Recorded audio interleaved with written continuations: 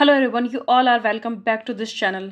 Now we gonna talk about how to prepare for AIIMS MSc nursing entrance exam. और इस video में हम 10 चीज़ों के ऊपर बात करेंगे कि AIIMS MSc nursing entrance exam होता क्या है, एग्जाम का ओवरव्यू लेंगे कि पैटर्न क्या होता है, एलिजिबिलिटी क्राइटेरिया देखेंगे, सिलेबस देखेंगे, ब्रेकडाउन उसका, क्वेश्चन पैटर्न देखेंगे, प्रिपरेशन स्ट्रैटेजी देखेंगे, बुक्स देखेंगे, रिसोर्सेज देखेंगे, एंड 8th पे है स्टडी प्लान देखेंगे, एंड 9 पे क्या है कॉमन मिस्टेक जो आपको अवॉइड करनी है, और 10 पे क्या है motivation and reality check for you guys. तो चलो सबसे पहले स्टार्ट करते हैं।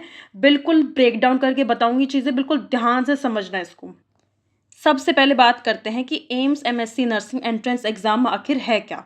तो एम्स क्या होता है? AIIMS master of science MSc nursing course के लिए एडमिशन दिलवाता है बच्चों को, ठीक है। इसके बाद जब आप MSc कर लोगे तो आप क्या क्या कर सकते हो, क्लिनिकल स्पेशलिस्ट बन सकते हो। मान लो कि मैं कार्डियोलॉजी डिपार्टमेंट में मैंने चूज़ किया, मैं जो मान लो CTVS करना है, या फिर मान लो किसी को OBG में स्पेशलिटी करनी है, MSc OBG में करनी है, तो वह क्लिनिकल स्पेशलिस्ट हो गया कि OBG की नर्स है ये, राइट। नर्स एजुकेटर बन सकते हो। उसके बाद नर्सिंग ऑफिसर सीनियर लेवल पे प्रमोशन जल्दी होता है, ठीक है। रिसर्च एंड एकेडमिक फील्ड में जा सकते हो। तो ये सारी चीज़ें आप एम्स MSc नर्सिंग के बाद कर सकते हो। उस पर ब्रीफ वीडियो बनाएंगे कि क्या क्या स्कोप है। तो बस अभी इतना ये समझ लो कि ये ऑल इंडिया लेवल का होता है और हाई कॉम्पिटिटिव रहता है, ठीक है। इसमें बहुत ज़्यादा कंपटीशन रहता है क्योंकि इसमें सीटें आती हैं कम और बच्चे होते हैं थोड़े ज़्यादा, 2x 3x बच्चे होते हैं इसमें, और रैंक लाना बहुत ज़रूरी होता है, ठीक है। तो ये समझ में आ गया आपको what is the AIIMS MSc nursing entrance exam, ठीक है। एम्स जो है वो MSc नर्सिंग कोर्स के लिए एडमिशन दिलवाता है। नेक्स्ट हम बात करते हैं अब इसमें एग्जाम के बारे में बात करते हैं। एग्जाम क्या है, ठीक है। Computer based CBT computer based test होगा, ठीक है। उसमें 90 क्वेश्चन आएंगे। कितने आएंगे? 90 क्वेश्चन इसमें आएंगे। नेगेटिव मार्किंग रहती है, हाँ रहती है, -1/3 की नेगेटिव मार्किंग रहती है, ठीक है। और आपको 90 ही मिनट्स मिलते हैं इस एग्जाम को देने के लिए। कैसे क्वेश्चन आते हैं बेटा इसमें? इसमें बिल्कुल सिंपल क्वेश्चन आते हैं, इजी वन लाइनर, ठीक है। अब बात करते हैं दूसरा इम्पॉर्टेंट, इसके बारे में बात करते हैं। क्या है? एलिजिबिलिटी क्राइटेरिया, ठीक है। इसमें क्या होता है, सबसे पहले तो ये ध्यान रखना कि जो कौन से बच्चे दे सकते हैं, BSc नर्सिंग, जिसने क्या करा हो, BSc नर्सिंग करा हो, या फिर जिसने GNM करा हो, GNM के बाद क्या कर रखा हो, पोस्ट बेसिक कर रखा हो, ठीक है। तो वो इसमें उतर सकते हैं, वो MSc के लिए एलिजिबल हैं।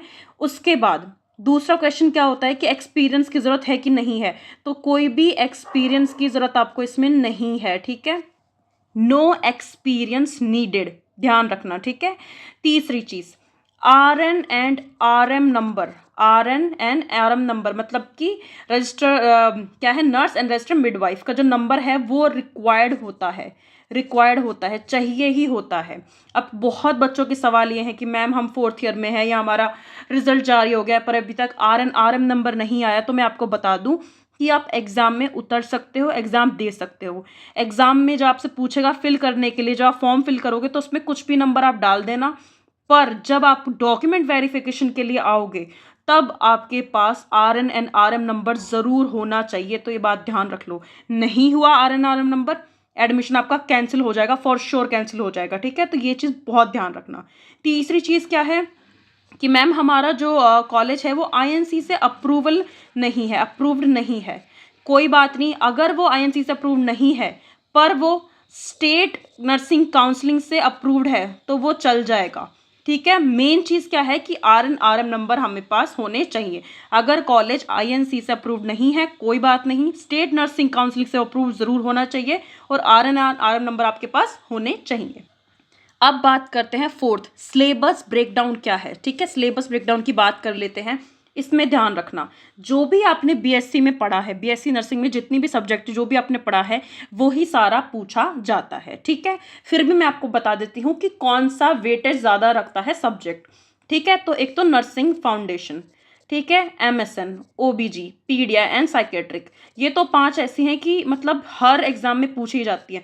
इसके साथ जो आपको अच्छी रैंक दिलाएगी, जो कि ज़रूरी है रैंक, वो है सारी माइक्रो सब्जेक्ट, ठीक है। तो ये सब्जेक्ट तो पढ़नी है आपको, nursing foundation, MSN OBG paedia and psychiatric, साथ साथ में आपको nursing research, administration and management and nursing education ज़रूर पढ़नी है, और इन डेप्थ पढ़नी है। कभी आप सोचोगे जितना पीआर यादव में टारगेट हाई में लिखा हुआ है उतना पढ़ के चले जाएंगे, हो जाएगा, ऐसे नहीं है। अब तो डेप्थ में पूछने लग गए हैं, इसलिए ये चीज़ ध्यान रखना। माइक्रो सब्जेक्ट के ऊपर भी बहुत ज़्यादा ध्यान देना। माइक्रो सब्जेक्ट कौन सी? Research, administration management and nursing education, ये तीनों पे ज़रूर ध्यान देना विद ये सारी सब्जेक्ट के साथ में। नेक्स्ट के बारे में बात कर लेते हैं, क्या है क्वेश्चन पैटर्न, कि क्वेश्चन कैसे आते हैं। तो मैंने जैसा बताया वन लाइनर क्वेश्चन आएंगे, वन लाइनर सिंपल क्वेश्चन आते हैं, और सिंपल क्वेश्चन ही आप गलत करके आओगे और आपका फिर रैंक रुकेगी, आपका सिलेक्शन रुकेगा। सिंपल वन लाइनर क्वेश्चन आते हैं, कोई भी नॉट सेट की तरह घुमा फिरा के ट्विस्टेड क्वेश्चन नहीं आते हैं। तो डोंट वरी अबाउट इट कि क्लिनिकल सिनेरियो बेस्ड क्वेश्चन आएंगे, एमसीक्यूज आएंगे, ऐसे नहीं आते, बिल्कुल वन लाइनर सिंपल क्वेश्चन आते हैं। ठीक है, इंपॉर्टेंट चीज़ क्या है इसमें, आपको प्रीवियस ईयर के क्वेश्चन प्रैक्टिस करना बहुत ज़रूरी है। तब आपको पता चलेगा कि इजी क्वेश्चन भी कैसे गलत हो जाते हैं, और वो हमें अवॉइड करना है एग्जाम में। तो प्रीवियस ईयर के एमसीक्यूज करना बहुत ही ज़्यादा ज़रूरी है। तो ये हो गया क्वेश्चन पैटर्न की बात। अब नेक्स्ट बात करते हैं प्रिपरेशन स्ट्रेटजी क्या है, इसमें कैसे प्रिपेयर करें इस एग्ज़ाम के लिए। उससे पहले आप ये जान लो कि जो एग्ज़ाम है, ठीक है, इसके जो फॉर्म है बेटा, इसके फॉर्म जो है एप्लीकेशन फॉर्म, वो मार्च या अप्रैल में, मार्च अप्रैल या मई, 3 याद कर लो। ठीक है, मार्च अप्रैल मई तीनों में निकल सकते हैं। ठीक है, या तो मार्च में, अप्रैल में या मई में। ठीक है, इसका एग्ज़ाम जो है वो जून एंड जुलाई में होता है, जून एंड जुलाई में इसका एग्ज़ाम होता है। ठीक है, और जो प्रोस्पेक्टस है, प्रोस्पेक्टस अब तक आया नहीं है, जब भी आएगा मैं आपको ज़रूर इन्फो दूंगी पूरी। वो एप्लीकेशन फॉर्म के पहले आता है, तो प्रोस्पेक्टस में भी मार्च तक आ जाएगा, और जैसे ही वो आएगा उसके कुछ 1 महीने बाद या फिर 15-20 दिन बाद क्या होंगे, एप्लीकेशन फॉर्म निकल जाएंगे, और फिर क्या है जून जुलाई में आपका सीबीटी एग्ज़ाम जो है वो हो जाता है। ठीक है, उसका रिजल्ट भी 15 से 20 दिन में ये निकाल देते हैं रिजल्ट भी, तो ये जान लो इससे पहले। ठीक है, अब बात करते हैं प्रिपरेशन स्ट्रेटेजी। तो प्रिपरेशन करने के लिए आपके पास अभी भी आराम से आपके पास 5 महीने तो आराम से हैं ही। ठीक है, 5 मंथ तो आपके पास आराम से हैं अभी।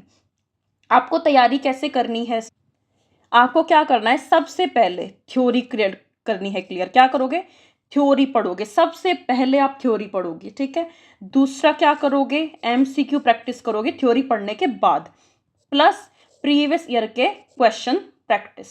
ठीक है, तीसरा क्या करना है, आपको रिवीजन करना है। ठीक है, रिवीजन करना है, डेली आपको स्टडी आवर अपने सेट कर रहे हैं कि मैं अगर 3 घंटे पढ़ रहा हूँ, मिनिमम 3 घंटे, तो मैं 3 घंटे रोज़ ही पढ़ूंगा। ऐसा नहीं है कि आज मैं 6 घंटे पढ़ रहा हूँ, कल मैंने 1 घंटे पढ़ा, परसों मैंने पढ़ा ही नहीं, ऐसे नहीं है। रोज़ पढ़ना है, कंसिस्टेंट रहना है। ठीक है, चाहे 1 घंटा ही पढ़ो पर रोज़ पढ़ोगे, ध्यान रखना। वीक सब्जेक्ट जो है, जो सब्जेक्ट आपकी वीक है, जो सब्जेक्ट बेटा वीक है उसको सबसे पहले पढ़ो, क्योंकि उसको लास्ट में डालोगे तो पढ़ने का टाइम नहीं बचता, फिर आप फॉर्मेलिटीज़ करके जाते हो, फिर उसी में से क्वेश्चन आ जाते हो और फिर आप फेल हो जाते हो। तो वीक सब्जेक्ट को स्ट्रॉन्ग सब्जेक्ट बनाना है। ठीक है, किसी को भी छोड़ना नहीं है, कोई भी टॉपिक, कोई भी सब्जेक्ट को नहीं छोड़ना है। ठीक है, जो मैंने आपको बताई सब्जेक्ट 5 वो और 3 माइक्रो सब्जेक्ट पढ़नी ही पढ़नी है। वो वीक है उनमें से कुछ सब्जेक्ट, तो सबसे पहले पढ़ो, उसको स्ट्रॉन्ग सब्जेक्ट में बदलो। ठीक है, तो सबसे पहले वो करना है। अगर आपको नोट्स बनाना अच्छा लगता है, सेल्फ स्टडी करके अपने अपने हिसाब से नोट्स बनाना अच्छा लगता है, तो ज़रूर मैं आपको रिकमेंड करूँगी कि आप बनाओ। ठीक है, तो आप बनाओ, ज़रूर मैं आपको रिकमेंड करूँगी। ठीक है, तो ये आ गया आपका प्रिपरेशन स्ट्रैटेजी। अब नेक्स्ट क्या है, book and resources. Book and resources में क्या आता है, सबसे पहले बुक पीआर यादव। अब आप बोलोगे मैम आपको स्पॉन्सरशिप मिलती है क्या पीआर यादव की, आप हमेशा यही क्यों रिकमेंड करते हो? क्योंकि ये बेसिक है, इसमें बहुत अच्छे से दिया हुआ है।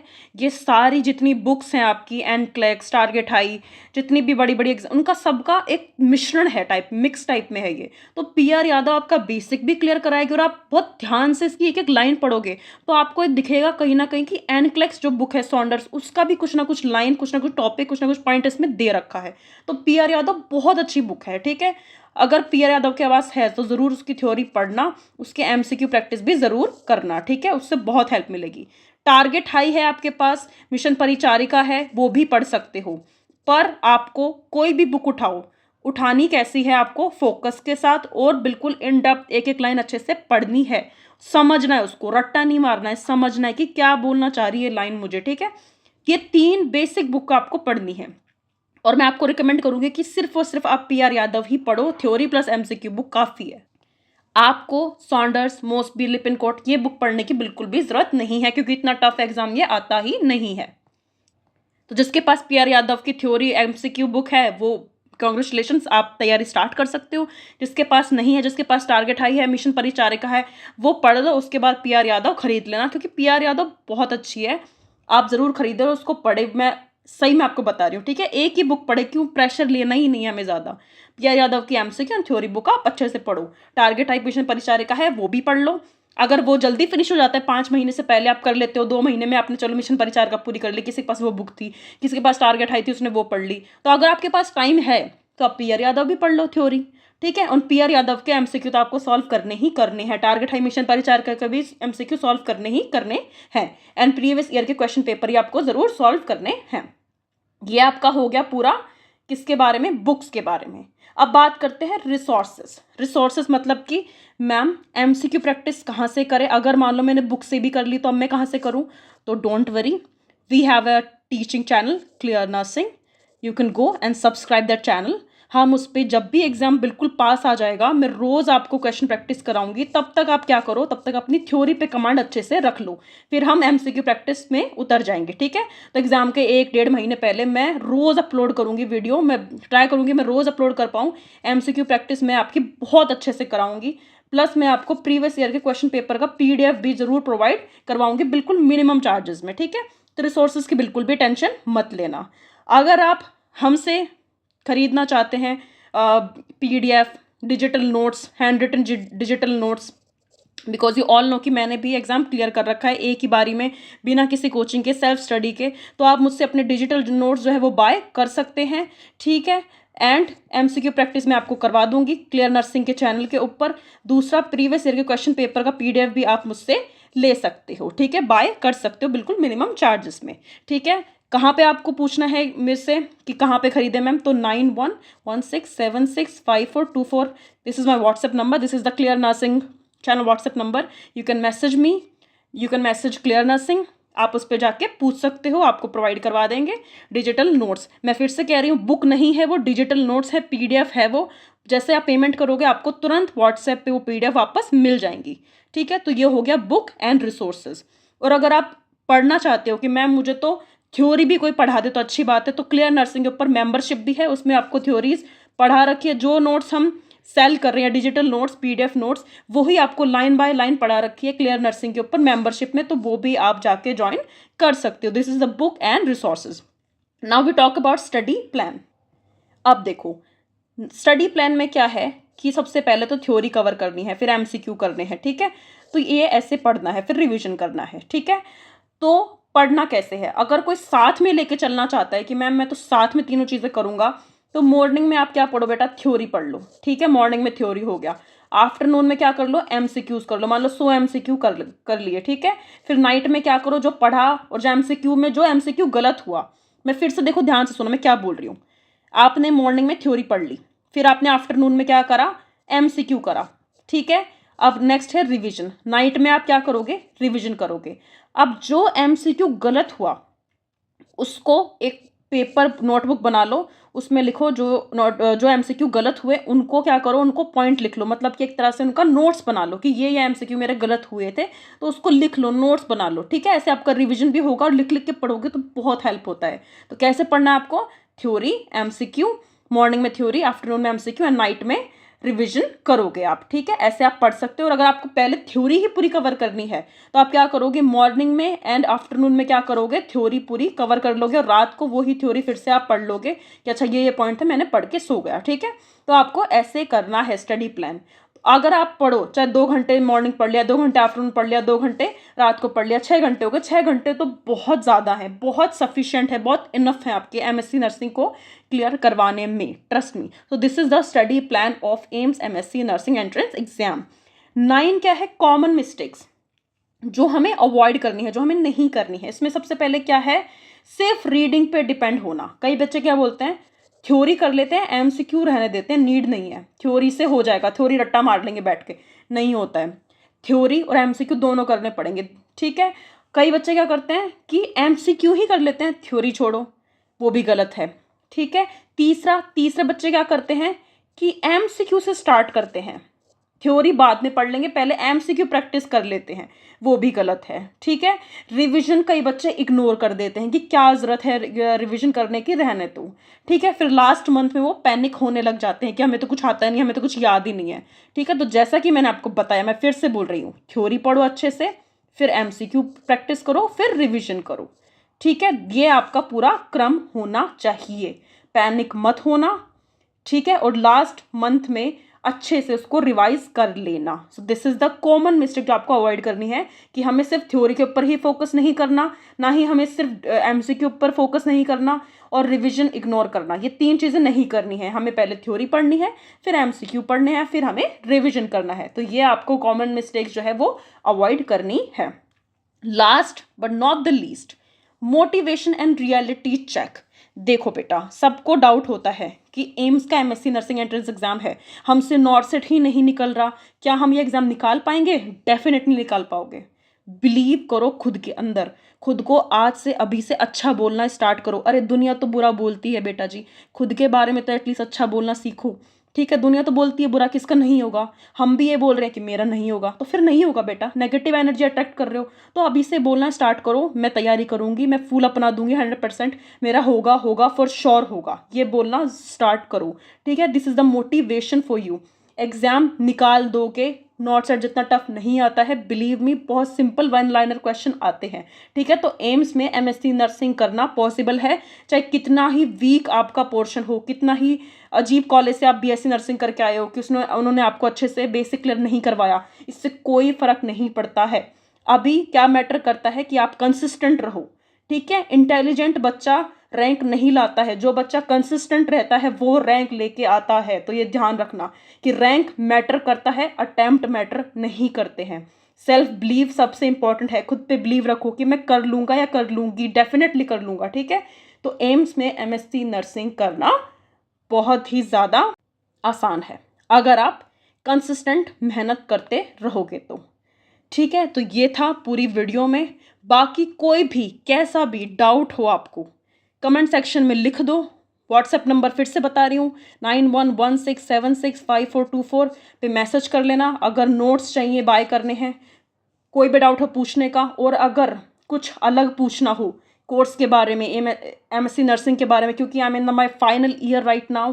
ठीक है, तो आप मुझसे इंस्टाग्राम पे जुड़ सकते हैं, सिर्फ ये डालना ESIC nursing officer Hina, Hina HINA, Hina करके मेरा इंस्टाग्राम चैनल है, आप उस पर मुझे फॉलो कर लो। कोई भी कैसा भी डाउट हो, कुछ भी पूछना हो आपको, कैसा भी डाउट हो, मतलब कुछ भी मन में हो, कैसे भी हो, कि कोई हमें सुन ले बिना जज करे, I am there for you.